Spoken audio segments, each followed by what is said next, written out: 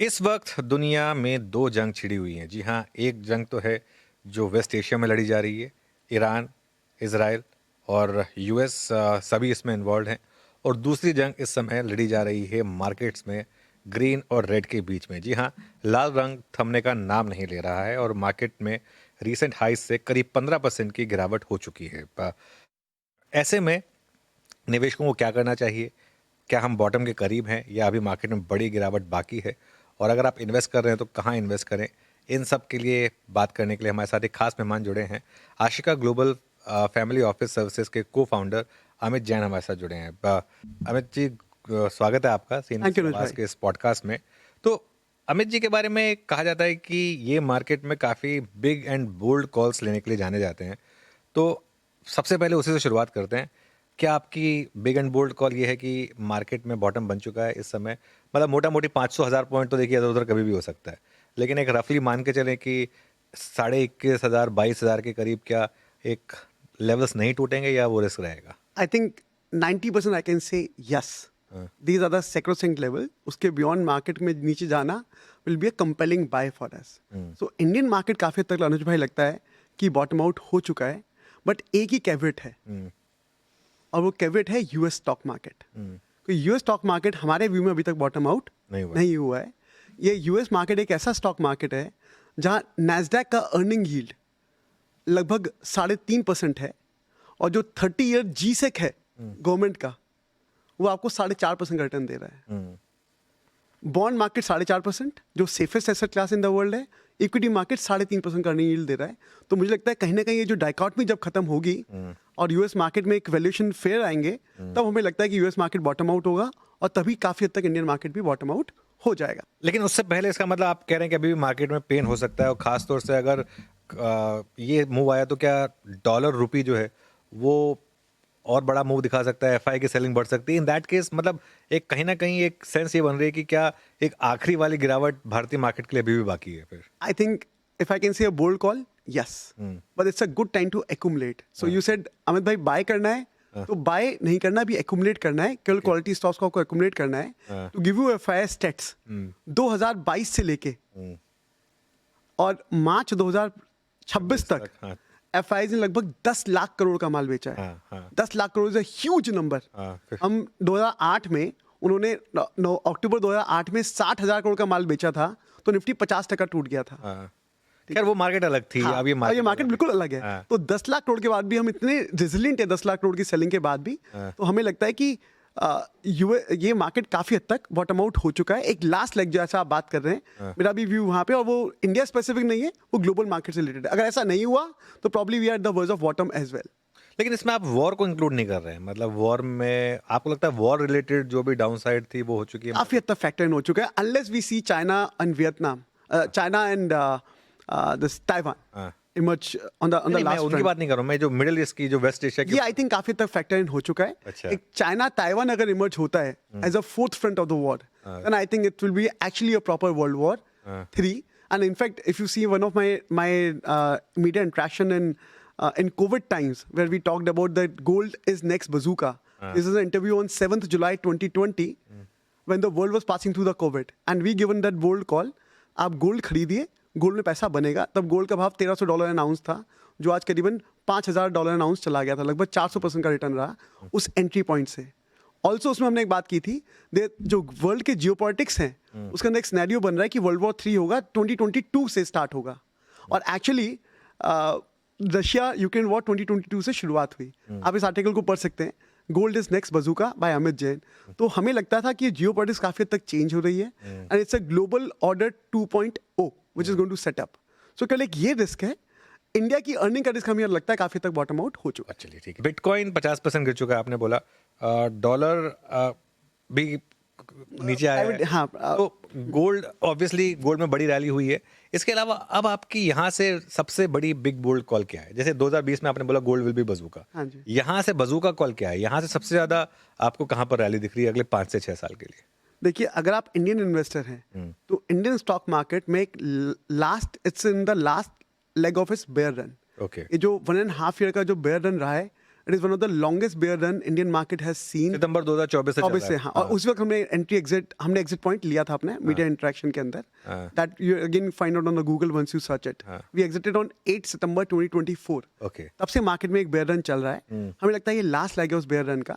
और इस वक्त इंडियन स्टॉक मार्केट में स्टॉक्स इतने कंपेलिंग वैल्यूएशन पे मिल रहे हैं कि आप सोच नहीं सकते हैं। To give you an example, ठीक है, ऐसे काफ़ी स्टॉक्स अगर आप सर्च करते हैं जहाँ पे सेल्स ग्रोथ 20% की है, प्रॉफिट ग्रोथ 20% की है लास्ट 5 साल की, और आपको स्टॉक प्राइस मिल रहा है 5 साल पुराना, तो ये एक्चुअली वैल्यू बाइंग अपॉर्चुनिटी है। तो हमें लगता है इंडियन स्टॉक मार्केट में you can make a big money even in small cap and mid caps now, because जो उनका फ्रॉथी वैल्यूएशन था 2021 का और 2023 का, वो काफ़ी तक अभी डाई डाउन हो चुका है। ओके।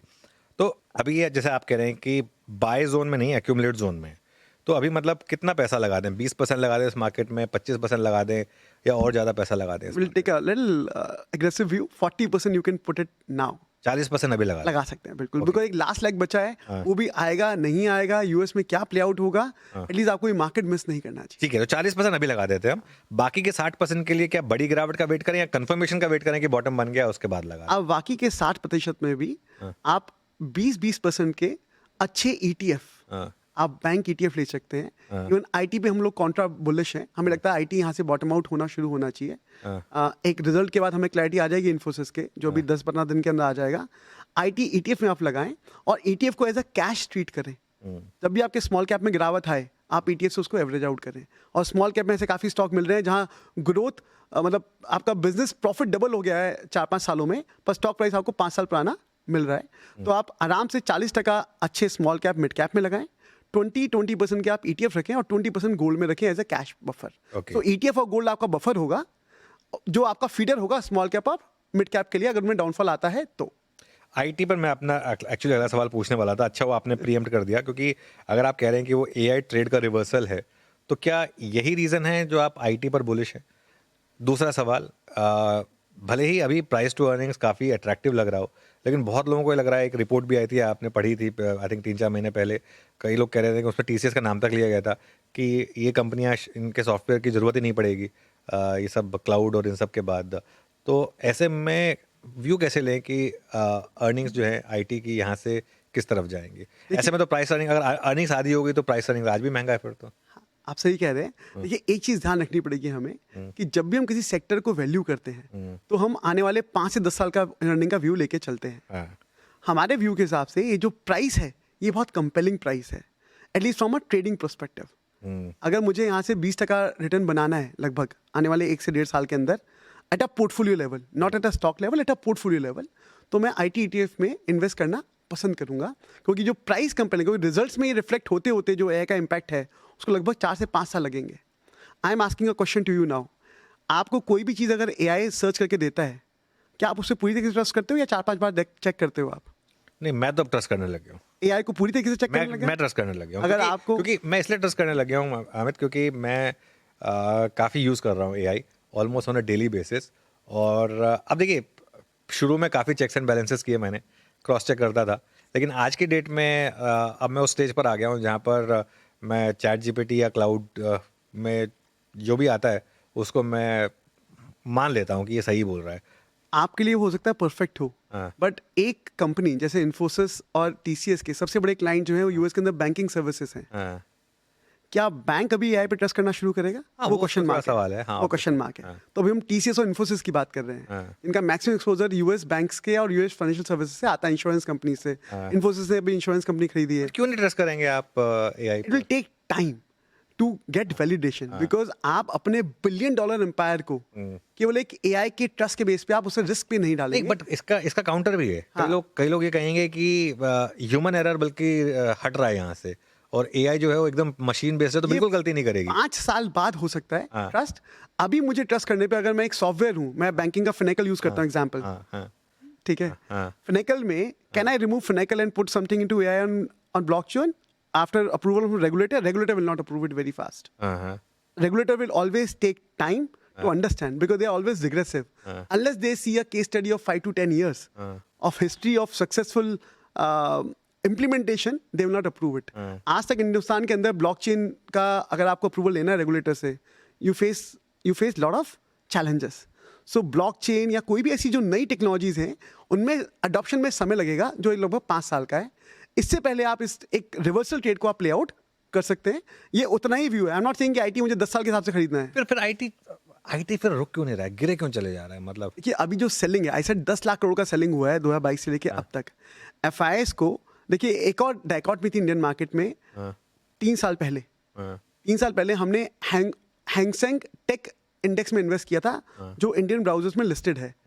हम ETF में बहुत इन्वेस्ट करते हैं हम लोग. हमें लगता है जो भी ETF वैल्यू बाइंग अपॉर्चुनिटी है, क्योंकि हमारे फैमिली ऑफिसेज जो है वो बड़े क्लाइंट होते हैं. ठीक है, उनको बड़ा अमाउंट लगाना होता है, ना कि स्मॉल कैप में 1-2 करोड़ लगाना होता है. उनको 50-100 करोड़ का पैसा लगाना पड़ता है. तो हम सोचते हैं कि ETF में सेफ्टी भी ज़्यादा होती है. हम सब मानते हैं, आप भी काफ़ी प्रोपोगेट करते हैं ETFs को सेफ्टी के साथ. तो हमने ETF इन्वेस्ट किया हैंगसेंग ETF. आप मानिए कि हैंगसेंग ETF जो हांगकांग टेक्नोलॉजी सेक्टर है उसका पी था 7 और नैस्डैक का पी था 34. मुझे याद है वो चार्ट अभी तक याद है मुझे अच्छे से. वो अलीबाबा वगैरह सब काफी सस्ते हो गए थे. अब वो काफी वैल्यूएशन पे आ गया है. अब हैंगसेंग ETF भी लगभग हांगकांग टेक्नोलॉजी ETF भी अब करीबन 15 के वैल्यूएशन पे आ गया है. तो इंडियन मार्केट में जो 40 वैल्यूएशन था, नैस्डैक अभी करीबन 28 के आसपास है अभी भी. हाँ, 28. तभी हम सेइंग कि earning yield is close to 3.5 और US G-Sec इज 4.5 30 ईयर. तो अभी भी बहुत डिफरेंस है. तभी मुझे लगता है कि नैस्डैक में गिरावट आनी चाहिए. Coming back to the point, ये जो ETF वाली चीज़ है जो इंडियन मार्केट में एक बहुत बड़ा प्रीमियम वैल्यूएशन था. हम एशियन प्लेयर से 60-70% प्रीमियम पे ट्रेड करते थे. वो अब काफ़ी हद तक 40 वैल्यूएशन नीचे आ गया है. तो FI बेच रहे हैं क्योंकि उनको पुरानी जो इमर्जिंग मार्केट्स हैं वो और बहुत सस्ते मिल रहे थे. बट अब धीरे धीरे वो गैप कम हो गया है. इंडिया का प्रीमियम वैल्यूएशन काफ़ी तक नीचे आ गया है और जो सस्ते मार्केट थे 7 की पी मल्टीपल पे वो भी अब 12-13 की मल्टीपल पे आ गए हैं. तो ये जो गैप कम हुआ है इससे सेलिंग आगे जाके अब धीरे धीरे कम होनी चाहिए. अब आपको आने वाले 3 साल में 10 लाख करोड़ की सेलिंग नहीं दिखेगी फॉर श्योर. अरे अमित, एक बहुत इंटरेस्टिंग चीज़ है. एक AI में अगर सर्च करें नॉस्ट्रेडेमस ऑफ इंडियन मार्केट तो आपका नाम आ जाता है उसमें. तो अब आपका क्रिस्टल बॉल क्या कह रहा है? अगले 10 साल में कौन सी मार्केट सबसे ज़्यादा रिटर्न देगी और कौन सी मार्केट सबसे ज़्यादा करेक्ट होगी यहाँ से? देखिए अगर मार्केट्स की बात करें तो गोल्डमैन सैक ने एक टर्म दिया था ब्रिक्स करीबन 25 साल पहले. हम बोलते हैं ब्रिक्स से अब आपको मूव करना पड़ेगा. एक नया टर्म हमने एक्रोनिम बनाया है Ashika global family office service के हिसाब से. That is VIPIC. VIPIC Vietnam है क्या उसमें? हाँ, बिल्कुल आप सही कह रहे हो. वियतनाम है, इंडोनेशिया है, फिलीपींस है, इंडिया है और चाइना है. ये mostly South East Asian countries हमने कवर किया है. And on your podcast I will not be shying away from saying this that I believe the sun will again rise from the east. It's a time has come because Asian culture जो work का है वो बहुत different है waste के culture से. और हम सब जानते हैं जब जितना हम वेस्ट विजिट करते हैं हमें लगता है कि अगर फन करना है तो वेस्ट में जाना है, यूरोप जाना है, पर काम करना है तो एशिया में आना है. Right, we all believe it. So I think हमारा टाइम आ गया है. तो 10 साल के हिसाब से will move from BRICS to विपिक.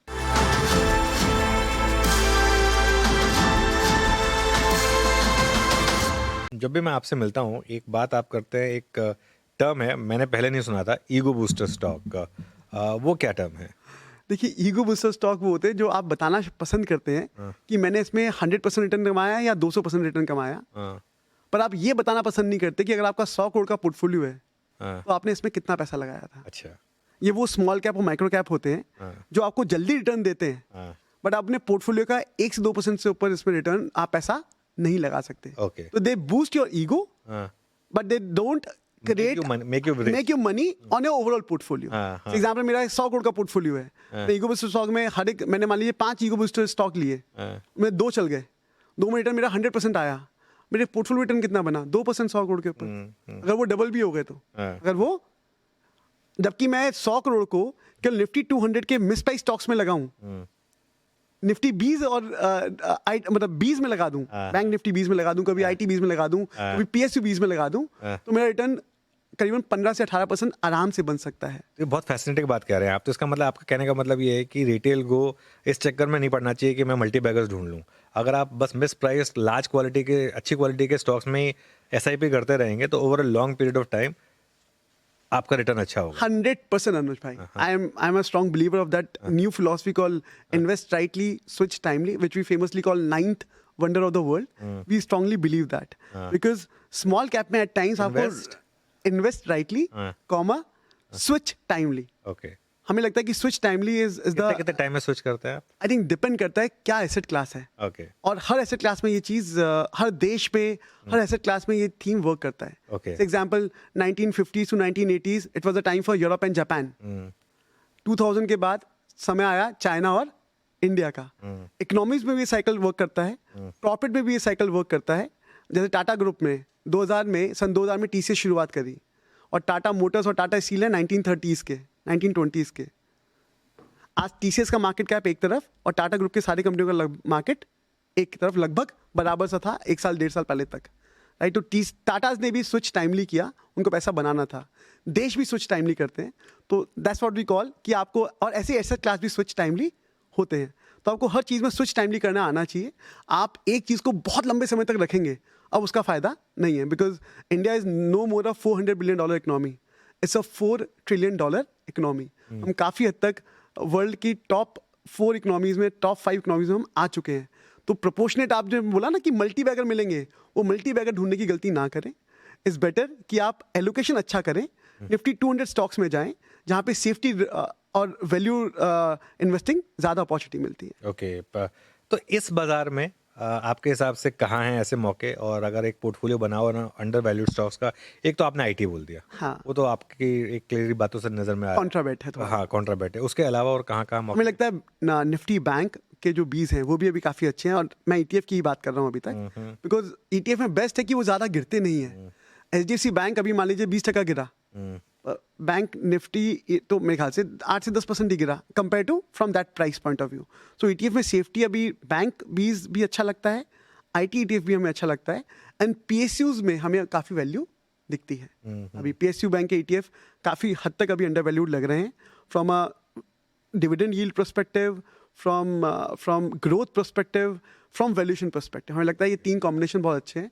और एक चौथा एक और लगता है वो है एफएमसीजी, जो हमें लगता है कि last leg of bottoming out हो सकता है काफ़ी हद तक. Okay. इन चारों के अगर आप कॉम्बिनेशन में आप प्ले करते हैं, इन्हीं के स्टॉक्स लेते हैं, इन्हीं का ईटीएफ करते हैं, आपका और 100 करोड़ का पोर्टफोलियो है, आप काफ़ी हद तक बेहतर रिटर्न परफॉर्म दे सकते हैं, rather than getting into some small cap micro cap जिसमें रिस्क रिवॉर्ड रेशियो उतना फेवरेबल नहीं होता है. Okay, आप बहुत बार ईटीएफ वर्ड यूज़ कर रहे हैं.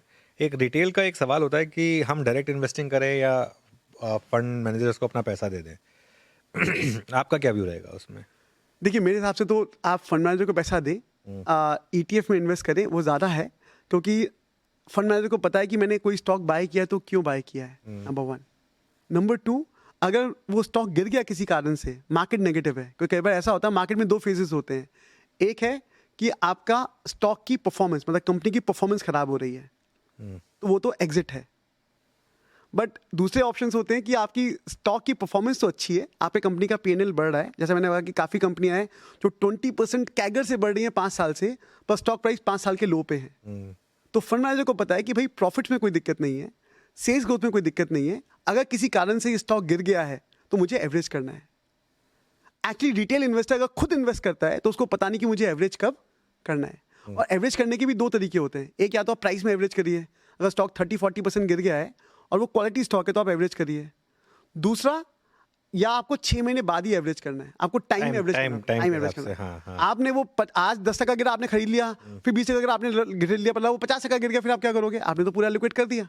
तो एवरेज करने के भी 2 तरीके हैं, या तो आप प्राइस से एवरेज करेंगे या टाइम से एवरेज करेंगे. ये आप भी बिलीव करते हैं, मैंने आपको कई बार सुना इस बारे में, है ना.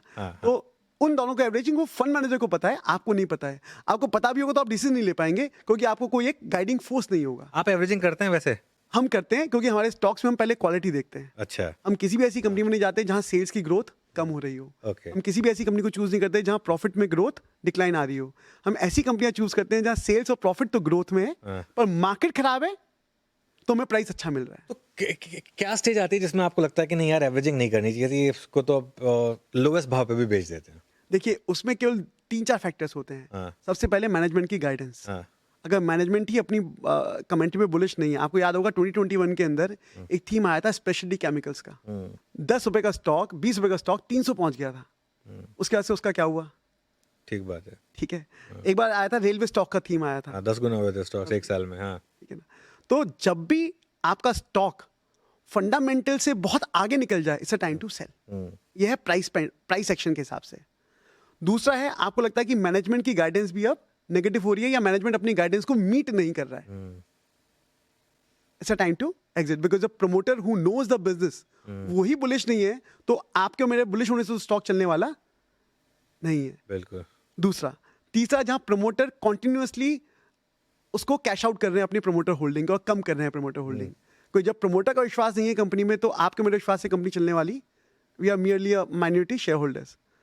ये तीन चीजें, और चौथा ऑफकोर्स अगर प्रॉफिट गिर रहे हैं और सेल्स गिर रहे हैं तो हम एग्जिट करना पसंद करेंगे at any point, and rather will shift to something else जहां हमें ग्रोथ दिखती है, because market only reward growth और वैल्यू। तो जो लोग हायर लेवल पे फंसे हुए हैं उनके लिए आपकी क्या सलाह है? जो 26,000 के निफ्टी पर लेके बैठा हुआ है, उनके लिए क्या सलाह है? मेरी एक बड़ी पर्सनल सलाह है उनके लिए मनोज भाई। हाँ। एक तो उनको एक मिथ हटाना पड़ेगा, क्योंकि मैंने जब भी रिटेल इन्वेस्टर से बात करता हूँ, नॉट फैमिली ऑफिसेस, उनको एक मिथ है कि निफ्टी ऊपर जाएगा तो मेरा पोर्टफोलियो ऊपर जाएगा। ये एक्चुअली फैक्ट नहीं है, ठीक बात है। क्योंकि रिटेल इन्वेस्टर कभी भी निफ्टी के स्टॉक्स में इन्वेस्ट, सही बात है, वो तो मिड कैप स्मॉल कैप में ही होते हैं ज़्यादातर। हाँ, small cap, even micro cap, जो मैंने नाम भी नहीं सुने होंगे, सही बात है। कोई किसी ने उनको टिप दी टेलीग्राम के ऊपर, हाँ, किसी ने उनको टिप, तो हम जनरली कहते हैं अगर आप न्यूज़ पे काम करोगे तो न्यूज़ बन जाओगे। तो न्यूज़ पे काम नहीं करना चाहिए। रिटेल इन्वेस्टर के लिए एडवाइस सबसे पहले कि आप न्यूज़ पे काम करोगे तो न्यूज़ बन जाओगे, आपको न्यूज़ पे काम नहीं करना चाहिए। नंबर 2, क्वालिटी स्टॉक्स में ही इन्वेस्ट करना चाहिए जहां आप एवरेज कर सकते हो। अब आप बोल रहे हैं कि भाई आप 26,000 निफ्टी पे आप अटके, पर अगर जैसा आपसे मैं बहुत एग्री करता हूँ चीज़ के ऊपर कि निफ्टी तो हो सकता है 23,000 पे हो, पर मिड कैप और micro cap, not mid cap, small cap और माइक्रो कैप में तो भाव जो है, जो निफ्टी 14,000 पे था वो वाला भाव मिल रहा है। बिल्कुल। हाँ, एम आई फेयर? बिल्कुल। राइट। तो आपको वो चीज़ समझनी पड़ेगी कि आपने किस स्टॉक को खरीदा है, और उसके अगर फंडामेंटल डिटोरेट नहीं हो रहे तो आपको एवरेज करना चाहिए। सेल्स ग्रोथ आ रही है, प्रॉफिट ग्रोथ आ रही है, मैनेजमेंट बुलिश है, आपको एवरेज करना चाहिए। अगर ये तीनों चीज़ें नहीं है तो आप एग्जिट करके लॉस बुक करके किसी और चीज़ में जहाँ ग्रोथ दिख रही हो वहाँ आपको स्विच कर लेना चाहिए पोर्टफोलियो के हिसाब से। ऑलराइट, चलिए हमिद, बहुत बहुत शुक्रिया, मज़ा आया आपसे बात करके, and look forward to our future discussion. But आज हमारे साथ जुड़ने के लिए बहुत बहुत शुक्रिया आपका। थैंक यू अनुज भाई, thank you so much for having me on the show. Thank चलिए। यू।